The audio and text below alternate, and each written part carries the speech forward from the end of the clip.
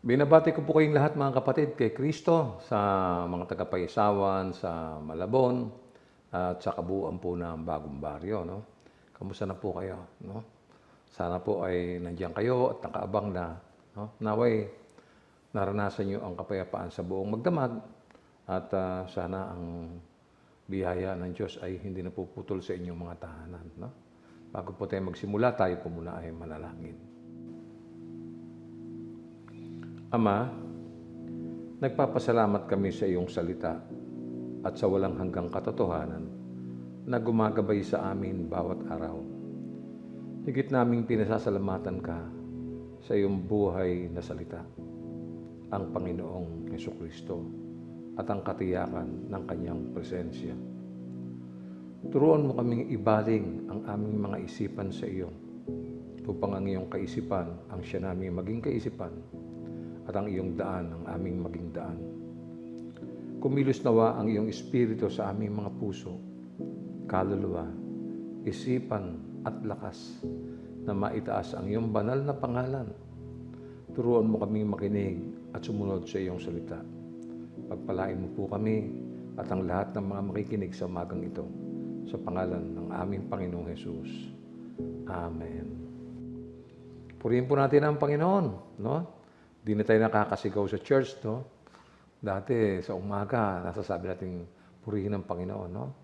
Anyway, isa sa mga dahilan po kung bakit iniiwan ng mga kaanib ng church yung church ay dahil masyado pong binibigyan ng kahalagahan ng mga pantaong tradisyon at mga patakaran. Ngunit nagkukulang naman sa mga bagay na pangangailangan ng mga Kristiyano sa kanilang buhay, ang ibigin ng Diyos. No? Ang layunin ng church sa buhay ng mga kaanib ay pasiglahin at palakasin spiritually ang bawat isa habang natututunang ibigin ang Diyos at siyempre ipakilala siya sa iba.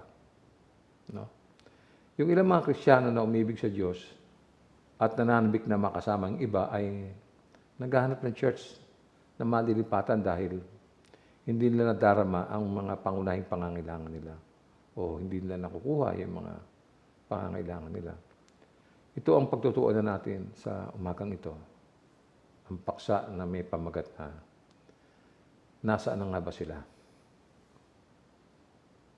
Yan, no? Isa na po natin, no? Mahigpit na pinuna ni Jesus ang mga lider ng mga relihiyon noong panahon niya. Aware po tayo dyan, no? Bakit? Kasi nakatutok lamang sila sa mga kautusan at hindi makita ang pangunahing layunin na pasiglahin at turuan ang mga tao. Ayon po dun sa layunin ng Diyos, no? Ganito po sinasabi ni Jesus sa kanila sa Mateo 15:7 hanggang 9. Basahin natin. Mga mapagkunwari, tama nga sinabi ni Propeta Isaias tungkol sa inyo. Ang paggalang sa akin ng bayang ito ay pakunwari lamang, sapagkat sa bibig at hindi sa puso ito bumubukal. Walang kabuluhan ang kanilang pagsamba, sapagkat itinuturo nilang galing sa Diyos ang kanilang mga utos. Ang bigat, ano po, no? Akalain nyo ang Panginoon Hesus magsalita ng ganyan, no? Ang hirap, no? Sa mahigit na 2,000 taong nakalipas, idinadagdag ng mga mapagkunwaring leader ng mga relihiyon, ang mga tradisyon, mga doktrina, mga ritual, at mga patakaran sa mga aral ng ating Panginoon Jesucristo. Dinadagdag nila yon, no? Madalas pa nga mas binibigyan diin ang mga pantaong tradisyon at patakaran sa halip na yung kalooban ng Diyos ang sundin, no?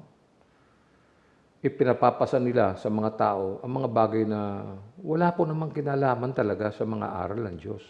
At sa halip, no, pinahihirapan ang mga tao na tanggapin ang mga tradisyong ito bilang bahagi ng mabigat nilang pasanin, no?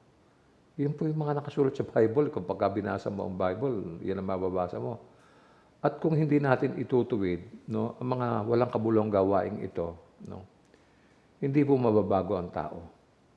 Katunayan, pinahihina nito ang patotoo at ano pa, yung hinahadlangan, no, ang pagdating ng kaharian ng Diyos. So isipin natin po ito, mga kapatid, no? Ulitin ko, no? Pinapapasa nila ang mga bagay na mabibigat sa tao, gayong sila mismo, hindi nila pinapasa ng mga ito. Magaling lang sila magturo, magaling lang sila mag-utos, pero sila mismo, hindi nila nagagawa yung mga inuutos nila. So, mabigat para sa mga tao yan. No? At yun ang isang dahilan kung bakit ang mga tao ay nagkakaiba-iba ang pag-iisip at hindi po nakatanim sa katotohanan. No? Pinuna ni Jesus ang mga religious leaders na ito noong panahon niya. Ganito sinabi niya sa Mateo 23:4. Pinagpapasa nila ng mabibigat na dalahin ang mga tao. Ngunit ni daliri ay ayaw nilang igalaw upang tumulong sa pagdadala ng mga iyon. Mabigat, ano? Isipin niyo, napakabigat nitong ginagawa nilang ito. Ipinapapasan, no, ang mabibigat na dalahin sa mga tao. Ngunit ni daliri ay ayaw nilang igalaw upang tumulong sa pagdadala ng mga iyon. Mga hypocrite nga sila. Kaya pala sinabi ni Jesus, mga mapagkunwari. Mga hypocrite itong mga taong ito. No? Kapag ang mga tradisyong ito ay patuloy nilang itinaguyod, no? Gayong hindi nagmula sa Diyos, karapat-dapat na kundinahin sila, gaya ng sinasabi ni Jesus. Kaya nga, kapag bigo tayong ihayag ang mga tradisyong hindi nagmula sa Diyos, kapag ganun tayo, no, pinapapasan rin natin ito sa mga tao. Kaya, kailangan kundinahin din tayo. No? Pareho lang. So, meron pang ilang bagay kung bakit nawawala po yung mga Christian sa church. At sinipi ko nga ang ilang mabababaw na dahilan kung bakit ang mga tao ay nawawala sa church. Pakinggan niyo mabuti, marami po kayong mauunawaan sa umagang ito. No? Well, unang-una, lumabas sila sa kanilang nakaugalian. Lumabas sila sa kanilang nakaugalian. Ang tao ganun pag walang krisis sa buhay, alam mo, ganun, no? O, katunayan, nami-miss nila yung pagdadalo o pagdalo sa church. And eventually, hindi na po nagda-church, no? Wala kasing pangangailangan no? Mukhang komportable sa buhay. Kaya ayun, no? Ikalawa, umalis sila noong magtapos sa high school. Naalala ko sa church natin Yung mga dating high school, no? Nung matapos po sila at lilipat na sa college, wala na sila. Yung batch na yon halos walang natira. No? Napansin ko po yun No? Ano kaya ang nasa likod nito, no? Dati kang high school, paglipat mo ng college, hindi ka na nakita sa church. No? Yun po yun. So huwag nating kalimutan na hindi tayo dumadalo sa church dahil sa tao. Dumadalo tayo sa church dahil kay Kristo. Yun ang totoo. No? Kaya nagkakaroon tayo ng pakinabang sa pagtitipon, sa fellowship. Subalit yung ating motivation ay na kay Kristo dapat. Ganun po yun. Ano pa mga dahilan? Isa pang dahilan, hindi nila nasumpungan ang kanilang mga pangangailangan. Yun. So, dun sa sinabi ko, maintindihan nyo na more or less, between lines. No? Ang gantong attitude kasi ay tinatawag nating consumer mentality. Kung naintindihan nyo, Gusto natin ang church sa kung ano ang magagawa para sa atin ng church. Kailangan ang church may ginagawa para sa atin. Yun po yun, So, we go shopping sa church. Ito ang ginagawa ng mga Kristiyanong mamimili. No? Palipat-lipat at hindi po nakokontento. Yan ang isa sa mga dahilan. Meron pa. Mayroong pangangailangan na hindi na ibigay ng church. Ito po ang isa pang consumer mentality. No? Nalungkot sa pagkawala ng isang minamahal, pero May mga panahon na hindi matugunan ng church ang mga pangangailangan nila sa panahon ng kanilang mga pangangailangan. So, they left the church.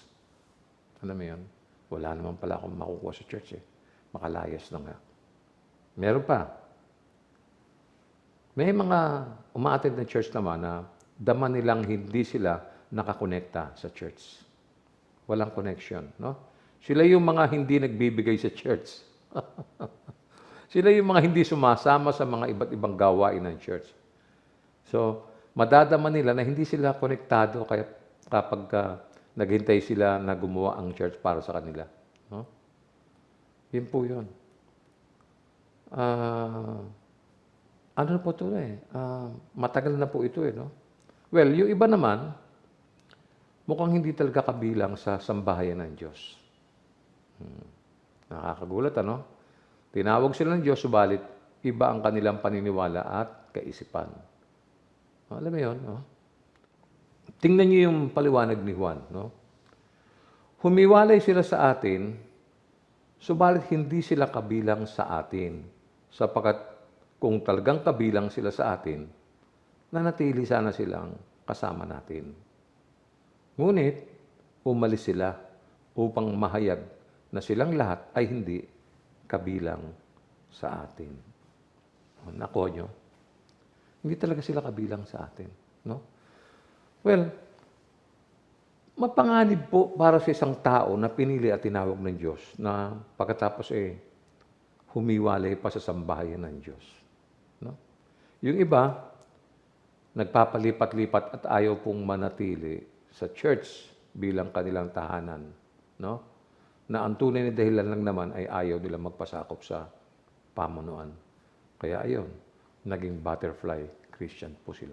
Palipat-lipat ng church. No? Well, hinahanap nila yung gusto ng church.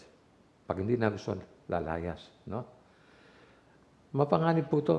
Nagpapalutang-lutang sa loob ng mahabang panahon, wala sa sambahayan ng Diyos. Siyempre, walang fellowship. No? Nakakatakot po yung nag-iisa ka. No? Wala nang nag-a-advise sa'yo, wala nang nagtuturo sa'yo, o whatever, wala na. No? Hindi naman po ibig sabihin na dahil nananatili at dumadalo ko sa church ay ligtas ka. Walang ganon, no? Kung sasaliksikin po natin ang kasaysayan, makikita natin na maraming mga kulto ang nasa kilusan ng Antikristo. Madidiscovery mong madami o marami sa mga kilusang ito ay nagmula talaga sa church. Pero mapapansin po nyo, sa kasaysayan, ang daming kulto. Hanggang pa isipin nyo hanggang sa panahong ito, meron pa rin kulto. Kung matatandaan nyo, nariyan sina David Koresh. No? David Koresh at ang kanyang grupo na kung tawagan ay Branch Davidians of Central Texas. No? Sa Amerika po. Siya siyang Amerikano, leader po ng kulto na may malaking papel sa paglusob ng mga pulis doon po sa Waco noong 1993. Sinabi niya na siya ang kahuli-hulang propeta. No? Kulto no? Nariyan din si Jim Jones at ang kanyang church. Kung matatandaan po nyo, well, I'm sure yung mga kabataan din na maabutan to Ako inabutan ko to Kung matatandaan nyo, pinainom niya ang mga member ng church niya ng Kool-Aid. Alam niyo naman kung ano yung Kool-Aid, no? Drinks yun no? Yung Kool-Aid, hinaluan ng cyanide at tranquilizer. 900 at 8 tao ang namatay. At marami po sa mga namatay na ito ay mga bata pa. Ganyang kakulto yan. No? Meron pang isa. Yung Heaven's Gate, isang American UFO religious cult na nakabase malapit sa San Diego, California. No? Ito ay tinatag noong 1974 at pinangunahan ni Marshall Applewhite at ni Bonnie Nettles. No? Alam ba niyo na ang kultong ito ay pumatay ng 21 babae at 18 lalaki na kusang loob na nag-suicide sa loob ng 3 sunod-sunod na araw. At marami pang mga kulto sa mundong ito at sila ang naghahanda sa Antikristo. Ganun po yan. No? Ang mga eksperto, alam ba nyo, ay nagbigay ng mga babala sa mga gumagamit ng smartphone. Yung ginagamit natin, cellphone, iPad, ha? Lahat yan. Alam ba ninyo na tuwing gagamitin ninyo ang inyong gadget, no? Sa ayaw at sa gusto ninyo, kaya buksan ninyo ang inyong location o hindi, ha? Makinig kayo. May nakakaalam kung saan kayo naroon. Ha? Kung ano ang inyong mga interes at kung ano ang inyong mga kinahihibangan. Ang mga pamamaraan ng teknolohiya ay magbibigay ng mga pribadong impormasyon at maaring gamitin po ang mga impormasyong ito ayon sa kanilang pangangailangan. Yun po yun. No? Ngayon, naisip mo na ba kung anong kapangyarihan ang nasa kamay ng mga makikinabang sa impormasyon tungkol sa iyo? Naisip mo na ba yun? No? Isipin mo, lahat ng bagay tungkol sa pribadong buhay mo ay alam ng kumukontrol ng gadget. No? In short, wala kang privacy. No? Wala kang privacy. Ang gayong kapangyarihan ay sa isang dako ay nagbibigay ng pahiwatig sa pagdating ng Antikristo. No? Ganyan na po yan eh. Iba pa ho ito eh, yung pagdating talaga ng Antikristo. Iba pa ho ito. Ang sabi ni Patriarch Kirill, isa po siyang Russian Orthodox bishop, no? Ang kanyang church ay hindi po laban o tutol sa pag-unlad ng teknolohiya. Ba't ka naman tututol dyan? Sa halip, ang tinututulan niya ay ang isang sistema na pumupuntirya sa pagkontrol sa pagkakakilanlan ng isang tao. Yung privacy mo. No? Ang masakit, hindi lahat ng mga social media users ay kumbinsido sa sinabi niya. Pero totoo yun. No?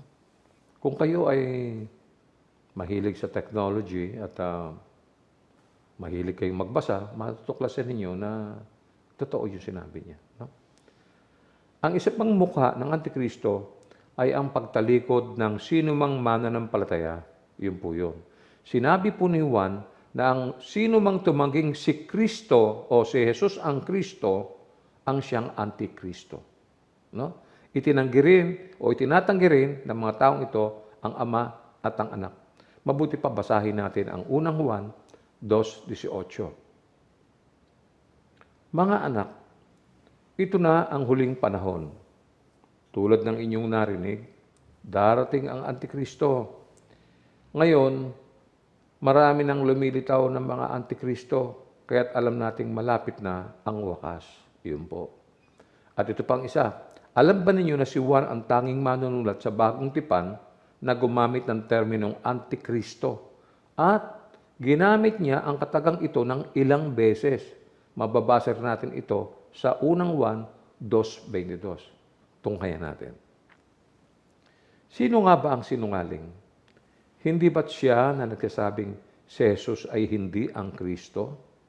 Ang sinumang nagsasabi nito ay ang Antikristo. Hindi nila pinaniniwalaan ang Ama at ang Anak. Nakita niyo po? Mismong yung salita ni Juan ang nagsasabi, no? Na itong mga Antikristong to, hindi na tinatanggap ang Ama at ang Anak. Bakit mahalaga po ang pahayag na ito ni Juan? Bakit kaya? Yung nagsasabing si Jesus ay hindi ang Kristo, ay nagsasabi rin na hindi siya ang tagapagligtas. Samantalang alam nating lahat na tanging si Kristo lamang ang tagapagligtas. Wala nang iba. Yan po yun. No? Basahin natin yung unang Juan 4:3. Kung hindi gayon ang kanilang ipinapahayag tungkol kay Jesus, hindi mula sa Diyos ang Espiritong nasa kanila. Ang Espiritu ng Antikristo ang nasa kanila. Nasabi na sa inyong ito'y darating at ngayon nasa daigdig na. Wow! Nasa mundo na pala siya, yung Antikristong ito. Nandito na siya. Nakakasalamuhan na ng mga tao sa mundo. Itong mga taong Antikristo. No?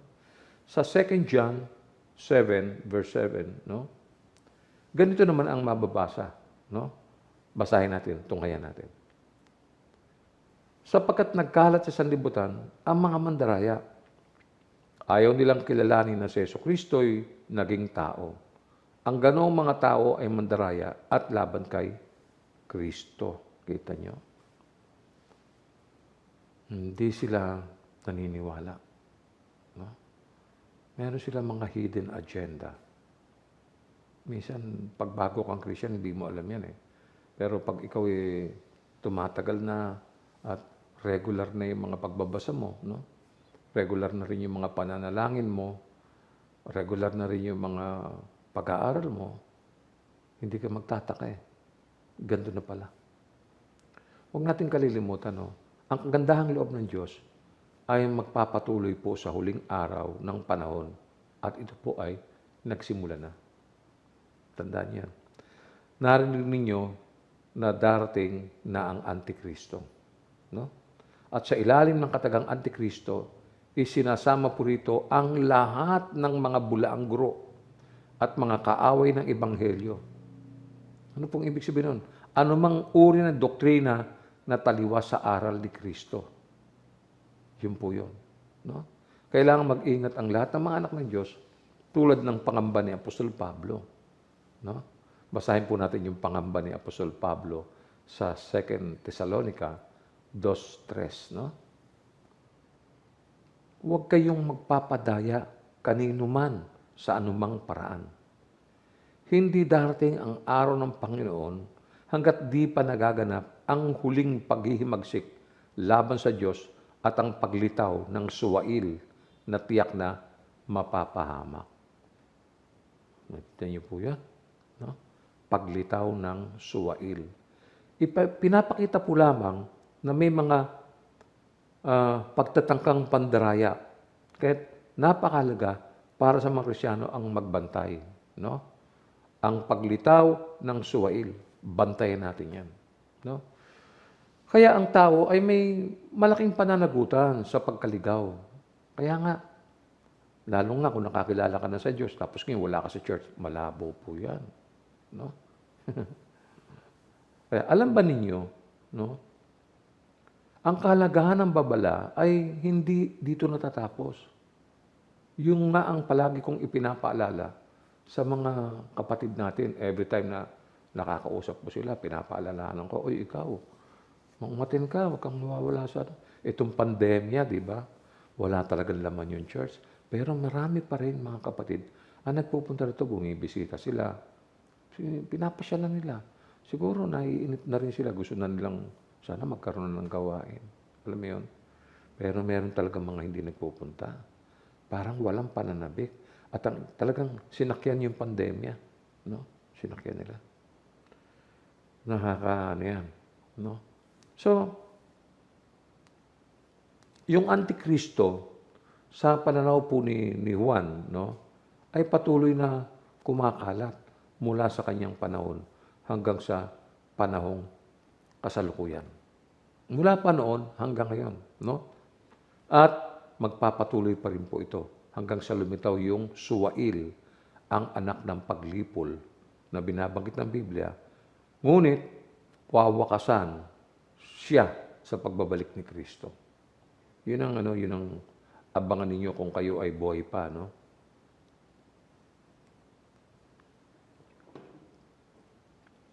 Ngayon, bakit mahalagang pag-usapan o talakayin ang mga usaping ganito? Ano ang maaari nating pakinabangan dito? Bigyan natin ng maingat ng pansin ang mga talatang aking babasahin na siyang pangunahing paksa natin sa umagang ito.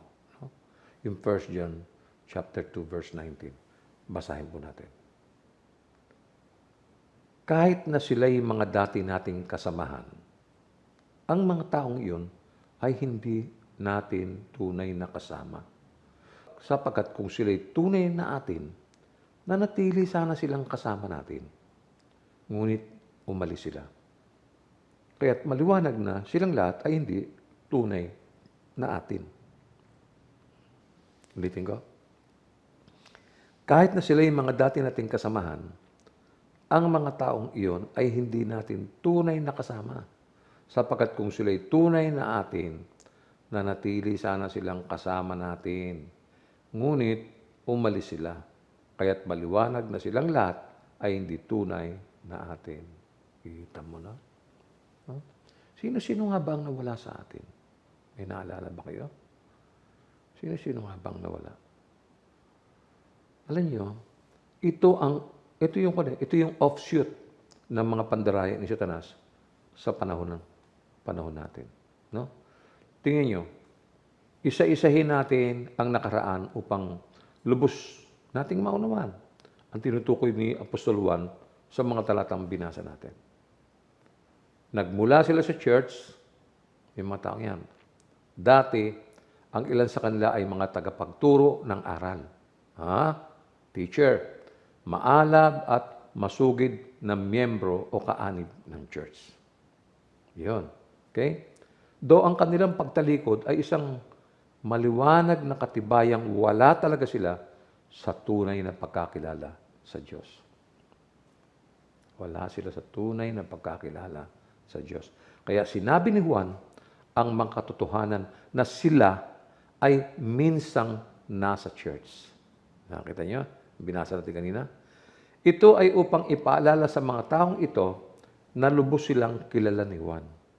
Alam ni Juan ang karakter nila, maging ang mga pagkatao nila.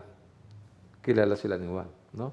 Ito ay mga nakakahiyang pahayag, mga kapatid. No?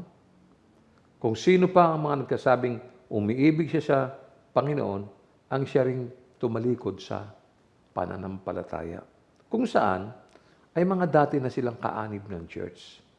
Ngunit, ang nakalulungkot, lagi silang nababanggit tuwing mapag-uusapan ang issue ng katapatan. Yun po yun. Ito lang ba ang problema natin? Ulitin ko po yung sinabi ni Juan, para maintindihan nyo. No? Sabi sa 2:19, ulitin ko, kahit na sila'y mga dati nating kasamahan, ang mga taong yun ay hindi natin tunay na kasama. Ano yan? Sapagkat kung sila'y tunay na atin, nananatili sana silang kasama natin. Ngunit, umalis sila. Iyon. Kaya't maliwanag na silang lahat ay hindi tunay na atin. May sense, no? Ang ibig sabihin, hindi talaga sila kabilang sa atin, mga kapatid. Dumaan lang. Nagpunta rito, umaten, etc., etc. No? O hindi talaga nakakilala at hindi mga tunay na Kristiyano sa simula pa lamang, day one. Hindi talaga. No? Dumadalo lang sila sa mga pagtitipon. Siyempre, siguro, baka walang magawa. No? Naghaharap ng kausap. No? Miyembro ng ministry o kaya namumuno sa isang grupo. Take note.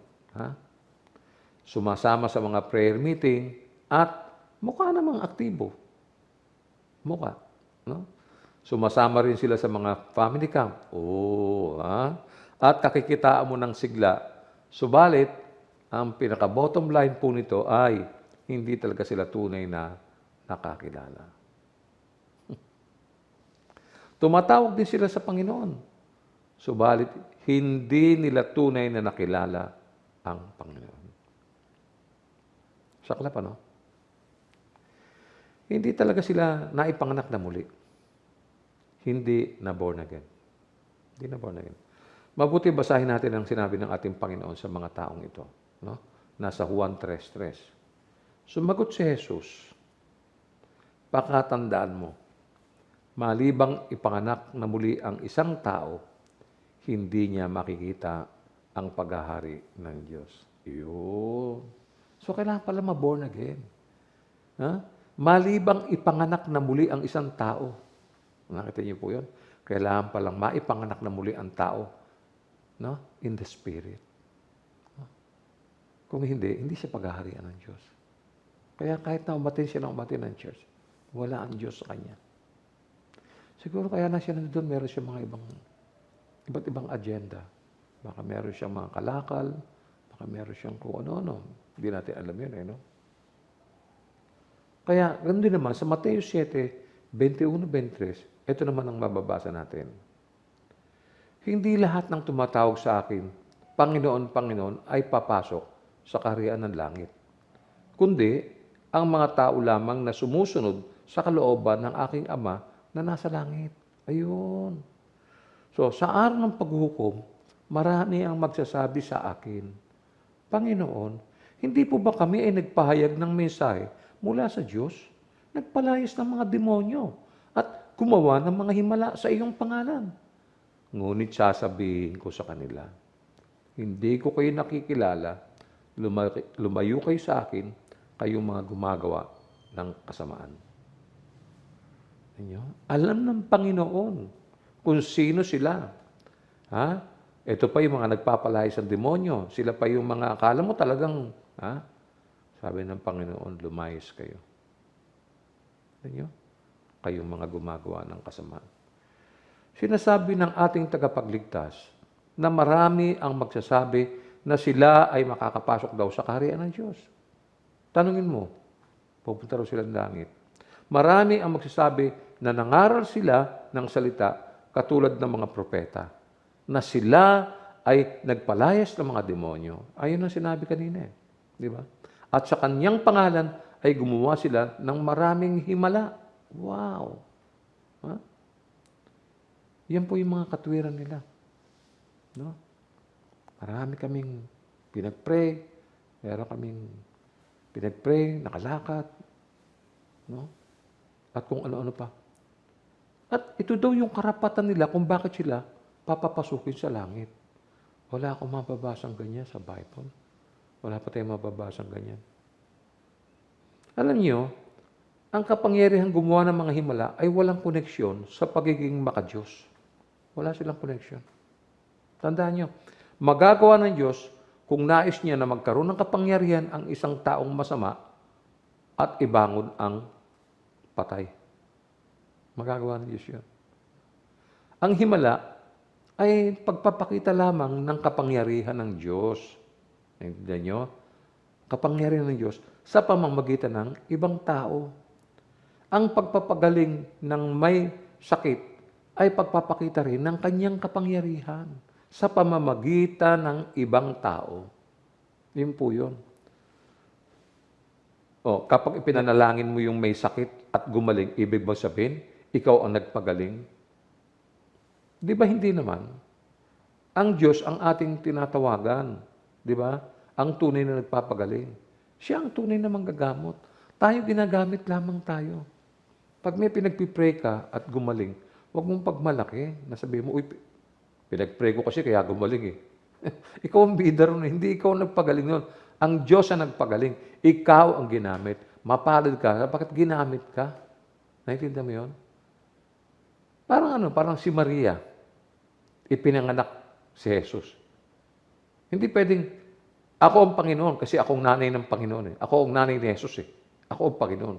Hindi ganoon. Ginamit ka lang ng Diyos na daluyan ng pagpapala ng tao. Kaya hindi tayo nagpapagaling, ang Diyos.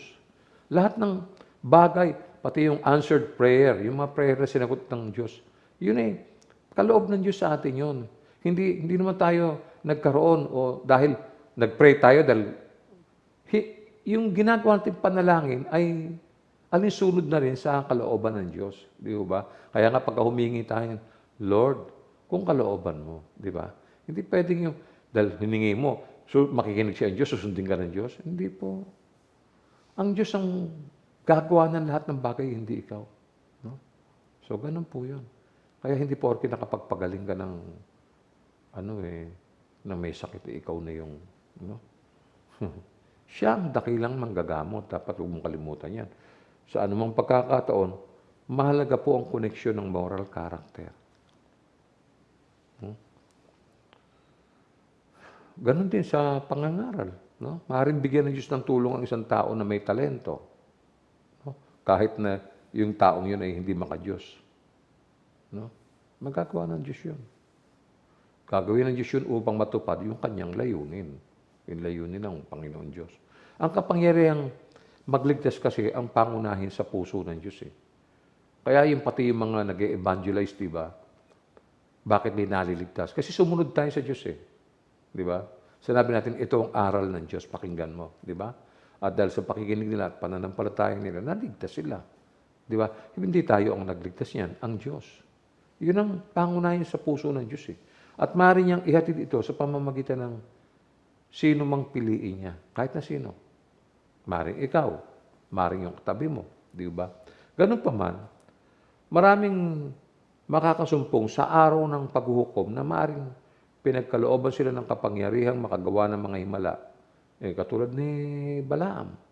Di ba? O ang mga salamangkero sa Egypt. No? Tulad din ng mga taong may pambihirang kaloob. Ngunit ang hindi nananampalataya sa Diyos, kailanman ay hindi makakapasok sa kaharian ng Diyos. Tandaan ninyo yan. No? Kaya hindi pwedeng, sorry for the word, no? Kaya hindi pwedeng tatanga-tanga ang tao. O sa mas malalim na salita, ay mangmang. You listen carefully, you read, no? Magpakita ka ng interest sa Diyos na, Lord, ano ba yung sinasabi mo? Gusto ko itong pakinggan. Marami mga tao nagdudulong-dulungan eh. No? Marami, akala mo, kung sino, mga propeta kung magsalita, akala mo ang dudunong. Di ba? Akala mo, memoryado yung sinasabing mga paksa sa Biblia. No? Yung pala, kahit siya ang tumingin, meron palang monitor. Nagpapa-impress, alam mo yun. Mahirap yung ganyan eh. Pakinggan natin ang paalala ni Pablo, no? Sa unang Korinto 1:26. Mga kapatid, alalahanin ninyo ang inyong katayuan noong kayo'y tawagin ng Diyos. Ilan lamang sa inyo ang matatawag na marunong, makapangyarihan, at maharlika sa paningin ng tao. Ganyan. Sa huling dakong ito, no, sinasabi ni Pablo na kahit na magsalita siya ng wika ng mga anghel, pakinggan mo kahit magsalita siya ng wika ng mga anghel at may pagkaalam sa lahat ng hiwaga, at kahit na mapalipat pa niya ang bundok, kung wala naman siyang pag-ibig, wala rin itong halaga. Ganyan na sinabi niya sa mga taga-Korinto. Tunghayan natin. Para makita natin yung relationship nito doon sa paksa natin. Sa unang Korinto 13, 1-3. Ang sabi niya, makapagsalita man ako sa mga wika ng mga tao at ng mga anghel, kung wala naman akong pag-ibig, para lamang kung kampanang umaalingaw o pompyang na kumakalampag. Kung ako man ay may kakayahang magpahayag ng salita ng Diyos at umunawa sa lahat ng hiwaga, kung mayroon man ako ng lahat ng kaalaman at ng malaking pananampalataya na anupat nakakapagpalipat ako ng mga bundok, ngunit kung wala naman akong pag-ibig, wala akong kabuluhan. At kung ipamigay ko man ang lahat ng aking mga ari-arian at ialay ang aking katawan upang sunugin, ngunit wala naman akong pag-ibig, wala rin akong mapapala. Ituloy po natin yung sinabi ni Jesus sa Mateo 7:22-23. Sa araw ng paghukom, marami ang magsasabi sa akin, Panginoon, hindi po ba kami ay nagpahayag ng mensahe mula sa Diyos, nagpalayas ng mga demonyo at gumawa ng mga himala sa iyong pangalan? Ngunit sasabihin ko sa kanila, hindi ko kayo nakikilala, lumayo kayo sa akin, kayong mga gumagawa ng kasamaan. Kita niyo?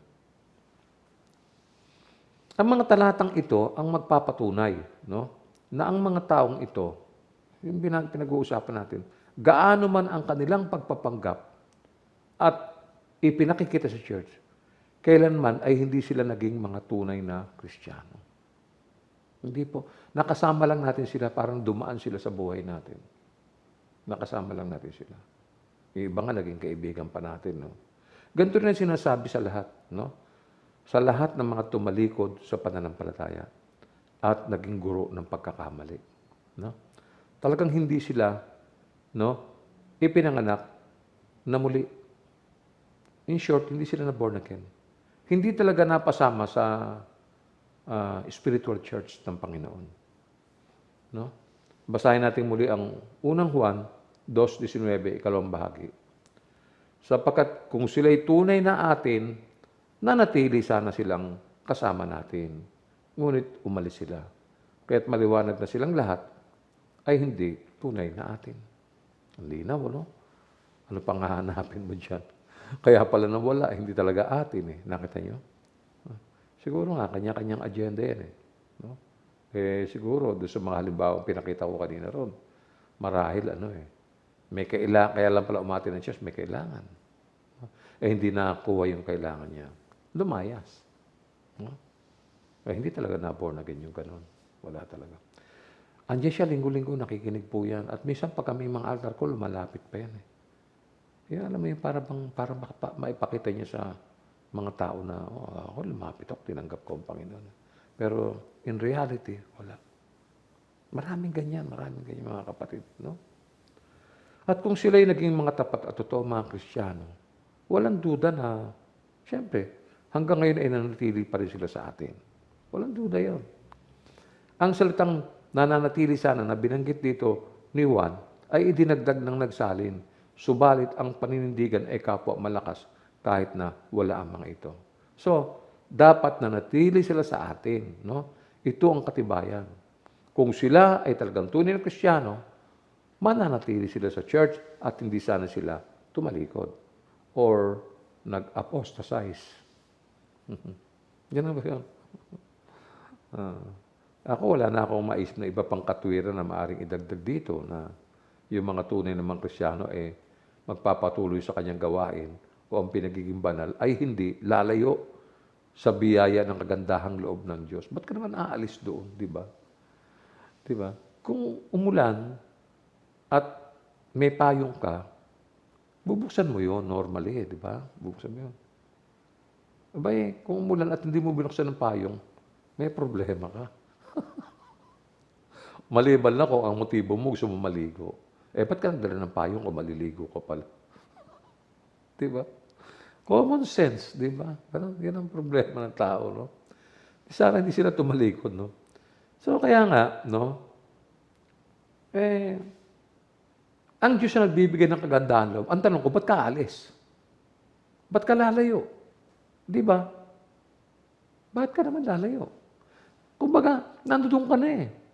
Di ba? Nandoon ka na, nakakapakinig ka na. Yun nga, talagang hindi nga eh. Hindi sila para sa atin eh, no? Tiniyak ni Juan na kung sila ay talagang tunay na mga Kristiyano, tunay hindi sana sila umalis sa church. Ginawa niya ang kapahayagang ito para sa ating lahat, alam niyo, upang ito ay ating pahalagahan bilang isang pandaigdigang katotohanan. Universal truth. Na kung sila ay mga tunay na mga Kristiyano, magpapatuloy sila sa church at hindi mapapawalay. Imposible yun. Marami akong mga kapatid na doon pa sa may lumang garahe, kasama na namin. Hanggang ngayon, nandito pa rin. Pero marami yung dumaan lang na wala na. Kita nyo? Diyan mo makikita eh. Diyan mo makikita yan. Kaya sabi ng Panginoon, sino mang manatiling tapat hanggang wakas, ang maliligtas. Nakita nyo? Kasi katapatan ang hinahanap ng Diyos eh. Yung mga gawain niya, nagpupursige ka, hindi ka yung, alam mo yun? Well, totoo namang nakakapagod ang buhay, di po ba? Kahit naman kumakain ka, nangangalay ka eh, di ba? Pero alam mo, ganun talaga eh. Normal po yun, no? Pero yung tumalikod ka, ibang usapan yun, no? Ay, nako.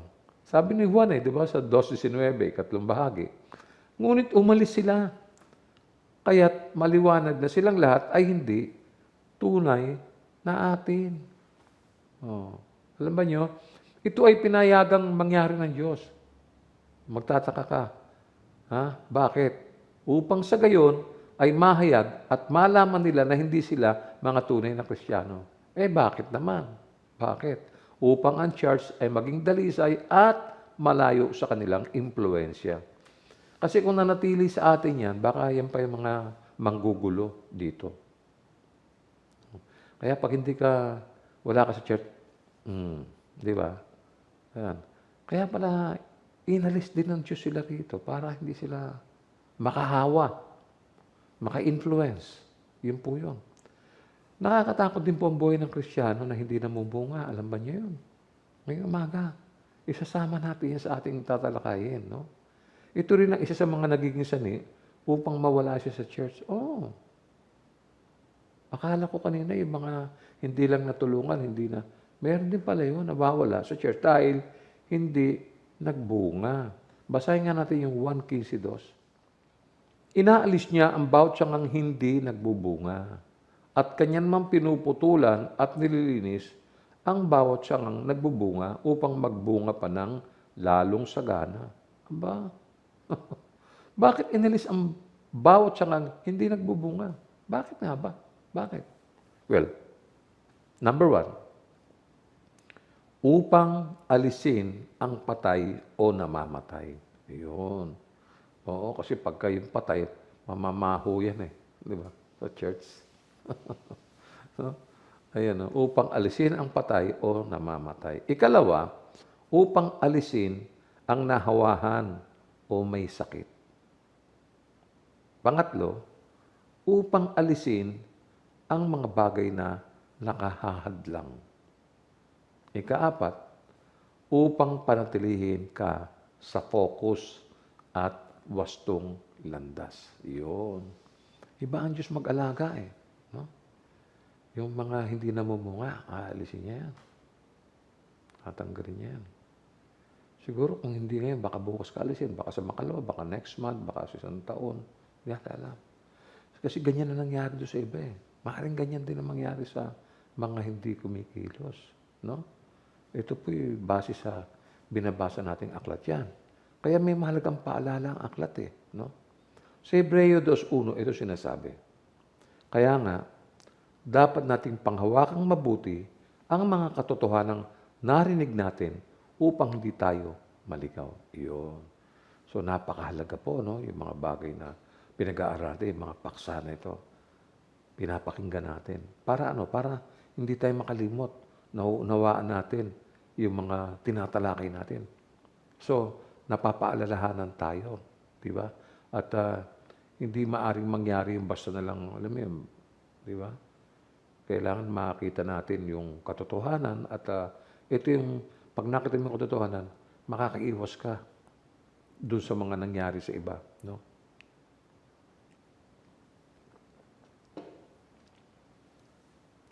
Alam ba ninyo na napakaliit ng pag-asang madadala pa sa tunay na pagsisisi ang nadaya?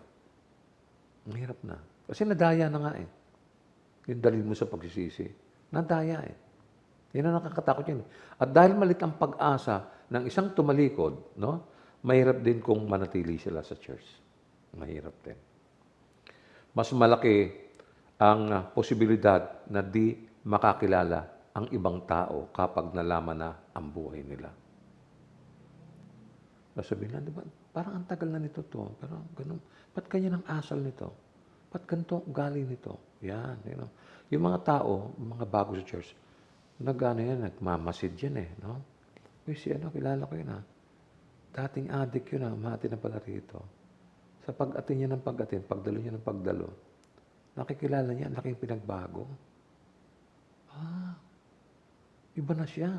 Nagbago na siya. Dating ano to eh. Adik ito, magulo to sa looban eh. Pero ngayon, ganun po yun eh. Pero kung yung uma-attend dyan, ay nakita yung asal mo, ganun ka pa rin. Pagkatapos mong church, magiinom ka, tapos sa gabi manggugulo ka, manggigiba ka ng mga pintuan ng may pintuan. Aba eh, yung mga taong hindi magtatagal sa church yan. Lalayas siya. No? Kaya, mahirap eh. No? Ang mga katotohanan sa mga taong ito ay nangyayari ngayon. At yung mga walang tunay na church, alam ba nyo na nagdurusa dahil sa kanilang pagtalikod sa mga gawain dahil sa parehong dahilan. Ganun yan. No? Kung bakit hinayaan na sila ng Diyos na magdusa at mapawalay ay upang hindi na makasakit at makahawa ang kanilang mga pagpapanggap bilang mga huwad na Kristiyano. Yan, dapat maisip mo yan eh. Genuine ka ba? Are you genuine or fake? Uso ngayon yung mga fake eh. Pati fake news eh. Uso yan eh. Diba? Nagpapanggap? Paano ba yun? No? Ba't ka magpapanggap? Alam nyo, ang napakahalagang aral na ito sa makatuwid ay nagtuturo ng mga sumusunod. Na kapag ang tao ay tumalikod sa kanilang pananampalataya at yakapin ang nakamamatay ng pagkakamali, o mamuhay sa kasalanan, patuloy lamang na hindi sila tunay na nakakilala sa Diyos. Yan yung bunga eh. Yan yung makikita mo. You will know them by their fruit. Makikilala mo sila sa kanilang mga bunga. Sa katunayan, ang mga taong ito ay tumalikod, katibayan at patunay lamang na hindi talaga nakakilala sa Diyos. Kaya ako nililinaw na mabuti ito mga kapatid. Maring relihiyoso siya. Maalab at kung tingnan mo ay parang tunay na umiibig sa Diyos. No? Mukhang panatag at payapa na animoy may takot sa Diyos. Kuminsan pa nga, mukhang gifted sila eh. No? O kaya ay matagumpay na mamamahayag ng Ebanghelyo. Di ba? Ngunit, maging ang lahat ng ito ay hindi garantiya na kilala nila ang Diyos. Ang hirap, ano? Kaya ang hirap mong hulaan eh. Ganun pala yan, no? So, sino ba yung nananatili? Sino yung wala? Yun. Tingnan mo mabuti yun. Ang mga talata ay nagpapatunay na kung sila ay mga tunay na Kristiyano, ayon sa mga talata, mananatili sila sa church at magtitiis hanggang sa maligtas. Yun ang sinabi ni Apostol Juan sa unang 1:2-19. Basahin ko ulit. Sapagkat kung sila'y tunay na atin, nanatili sana silang kasama natin. Yun. Ganyan pala ang church, no? Nung bago ako sa church, di ko alam yan Basta ako parang interesado ako. Kasi nakapakinig ako sa isang Bible study. Ano ako bunga ako ng Bible study. Nung nakapakinig na ako, parang nanabig ako. Alam mo yun, tama yung sinasabi ng Bible, parang na oo. Tapos ayun, nagsimula ako umaten. Hanggang sa napukaw yung kalooban ko. And for the first time, na-realize ko na makasalanan ako. Pero siyempre, hindi ko sinasabi sa mga tao. Sa puso ko, alam ko makasalanan ako. Tapos, parang nahiya ako sa Diyos. Ganun pala yung feeling noon. Mula noon, ma-attend ako isang araw. Nagkaroon ng hamon na tanggapin si Kristo. Hindi ako nagdalawang isip. Tinanggap ko ang Panginoon ng buong puso ko at ng buong kaluluwa ko at ng buong kaisipan ko. Ang gandang offer nito. Talo nito yung mga special offer. Ibang-iba. Alam ba nyo, natanggapin ko ang Panginoon, suddenly, nagkaroon ako ng kapayapaan. Ang sarap. Hindi ko ito naranasan nung araw Naranasan ko lang ito sa church. Kaya mahal ko ang church Mahal ko ang mga kapatid. Mahal ko yung mga taong pinagtiyagaan ko. Sobra, no? So, ang matibay na ebidensya ng isang tunay na nakakilala sa Diyos, madaling makilala, nagpapatuloy sa gawain ng church. Nagpapatuloy. Diyan mo makikita. Yan yun, no? Hindi ko ibig sabihin na sa pangalan lamang o sa forma. Hindi po. Kundi, spiritually, na ang puso ay nasa church. Umiibig sa kapayapaan at nagtataguyod sa kapakanan ng church. Ng mga kapatid. No? Nakakasama niya ang kapwa Kristiyano kahit sa gitna ng COVID-19. Nakakasama niya. Nakakasalamuhan niya sila. Yan yung po. No? At nakahandang makiisa sa mga umiibig sa ating Panginoong Hesus at sa kanyang mga gawain. Naroon pa rin siya sa morning devotion, sa prayer meeting, at sa mga regular na mga pag-aaral, at sa mga lingguang mensahe sa YouTube. Ang layo na nang narating natin, no? Isipin nyo, hanggang YouTube na tayo, no? Pero tandaan nyo, walang shortcut patungo sa kaharian ng Diyos. Mayroong mga pagtitiis, may mga kahirapan, may mga pagtsatsaga. Ganun po yun. Dito na ako ngayon tumanda, no? Batang-bata ako nung ako yung mapasama sa church, I was 42 years old. Layo, no? 42 years old. That was 1988. Eh ngayon, 2020, I am 74. Wow! Hindi natin alam. Hindi natin alam kung kailan tayo rito. No? Pero mahalaga, nandito man tayo o wala tayo dito, dapat nasa Panginoon tayo. No? Mahalaga yun eh. No? So, ang isa pang pangunahing dahilan kung bakit ang mga nagsasabing Kristiyano ay tumalikod o tumatalikod ay dahil na rin sa kanilang pagpapabaya sa mga bagay na espiritual na ipinarana sa kanila ng Diyos. No? Hindi sila nagtiis eh. Itong pandemya, di ba? Oo, hindi naman ako nanahimik sa bahay. Na kasi, oy, bawal daw yung mga ganyan-ganyan. Matanda na, ganyan-ganyan. Hindi. Hindi. Gumagawa tayo ng paraan. No? Anong gusto mo? Namatay ka na naglilingkod sa Panginoon, namatay ka dahil wala lang. Di ba? Ang isa pang pangunahing dahilan diyan ay makita nila ang kanilang sarili at magising sila na kailangan din namang makita ng mga tunay na mananampalataya na ang buhay ay hindi dapat na paglaruan. Hindi tayo pwede maglaro dyan. No? Ang buhay natin ay, tandaan nyo, ay isang buhay lamang. No? Kaya, babalikan natin ulit sinabi ni Juan sa unang 1:2:19. Ito yung sinabi niya. Humiwalay sila sa atin, subalit hindi sila kabilang sa atin. Sapagkat kung talagang kabilang sila sa atin, nanatili sana silang kasama natin. Ngunit, umalis sila upang mahayag na silang lahat ay hindi kabilang sa atin. O, nakita niyo na? Maliwanag na kaya hindi sila nanatili sa church dahil hindi sila kabilang sa atin. Wala na eh. Wala na sila eh. Yun. Permihang wala na talaga. Wala na. So, at dahil napahiwalay na sa church, posibleng magbalik sa kanilang alaala ang taimtim nilang ipinangako noon sa Panginoon. Malay mo, baka magising sila. Naalala ko nung araw, matin ako. Nangako ako. Pero hindi ko natupad eh. Malay mo, baka biglang, kaya magbalik loob ako sa Diyos. Pagsisihan ko kaya. Pwede pa rin, baka sakali, no? Pero walang garantiya. Walang garantiya. Sa aking pagtatapos, no, may mga ilang talata pa tayong babasahin. At itong mga talatang ito ay magandang tandaan natin. At isa puso natin, kahit hindi natin mamemorya, at least alam natin na once nabasa natin ito at nakita natin yung iniwan nito sa ating mga puso. Tunghayan natin yung Hebreo 3:12 hanggang 13.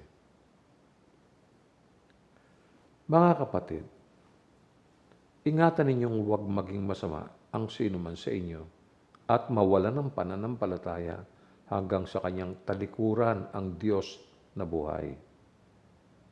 Sa halip, magtulungan kayo araw-araw habang ang panahon ay matatawag pang ngayon upang walang sino mang madaya sa inyo at maging alipin ng kasalanan.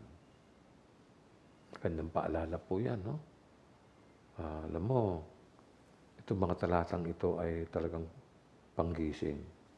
Ingatan ninyong huwag maging masama ang sino man sa inyo at mawala ng pananampalataya hanggang sa kanyang talikuran. Kita mo yun? Talikuran ang Diyos na buhay. Kaya sinabi rito, sa halip, magtulungan kayo araw-araw. Ano yan? Collective. Araw-araw, magtulungan kayo. Meron kayong communication. Nakita niyo? Para hindi kayo nawawala. Ang sabi pa ng Hebreo ay habang ang panahon ay matatawag pa ngayon. Ibig sabihin, now. Hindi later, kundi now. No? Upang, walang madaya sa inyo at maging alipin ng kasalanan. Iyon. No? Nakalulungkot po ang mga nangyayaring ito sa mga churches. Nakakalungkot, no? Mahalaga talaga ang pagpapatuloy ng bawat isang mananampalataya sa kanyang gawain sa Panginoon. Alam mo, hindi dapat ito maputol eh. Dapat tuloy-tuloy po yan. Ang mundo ay saklot ng dyablo, no? Na kanyang pinaghaharian mula sa paraiso hanggang sa kamay ng mga nagpapanggap na mga religious leaders. Non-stop po ito, non-stop. Kaya mahalaga para sa isang anak ng Diyos na makinig na mabuti, no? Sa mga aral na iniwan ng ating Panginoong Hesus. At, siyempre, manatili sa church. Hindi po tayo maaaring lumakad sa mundong ito ng nag-iisa. Kailangan po natin ng Panginoon. Kailangan natin siya. Walang ibang maaaring tumulong sa atin. Alam ba niyo yun? Kaya, sana ang ating paksa ngayong umaga ay nag-iwan sa inyo ng isang seryoso, no? Seryosong kaisipan na huwag mangyari sa inyo yung mawala kayo sa church. Delikado po yan, no? At marami sa inyo ang nakita kong nagtiyaga, nahirapan. Alam mo, may mga kapatid tayo na kahit na walang-wala. Nabibless ako sa kanila eh. Kasi kahit nahihirapan po sila, andyan sila, nagpapatuloy sila. Kilala nyo sila. Mga kapatid to na walang-wala, mahirap lang. Pero sa gawain ng Diyos, makikita mo, nandyan sila. Alam mo, sa akin, they serve as an inspiration. No? Nakakalakas. Kasi, kung yung meron, umaattend eh. Tapos yung walang-wala, umaattend. Daig nun ang meron. Isipin ninyo. Matibay yung pinangahawakan niya. Matibay. Sana makita natin ang mga inspirasyon yan sa loob ng church. No? Bago tayo manalangin, nais ko pong panoorin muna ninyo ang Couples Ride na ginanap noong Sabado, ika-21 ng Oktubre, no, sa Prayer Mountain. No? Nagsimula po ito sa isang panalangin sa garahe bago kami naglakbay. At sa aming paglalakbay, masino po na kinukunan ng video ng mga kapatid natin ang mga kaganapan. Sina Brother Jess, saka si Sister Josie. No? Tunghayan po natin ang karanasang yan. Panoorin natin bago ako mag-closing prayer.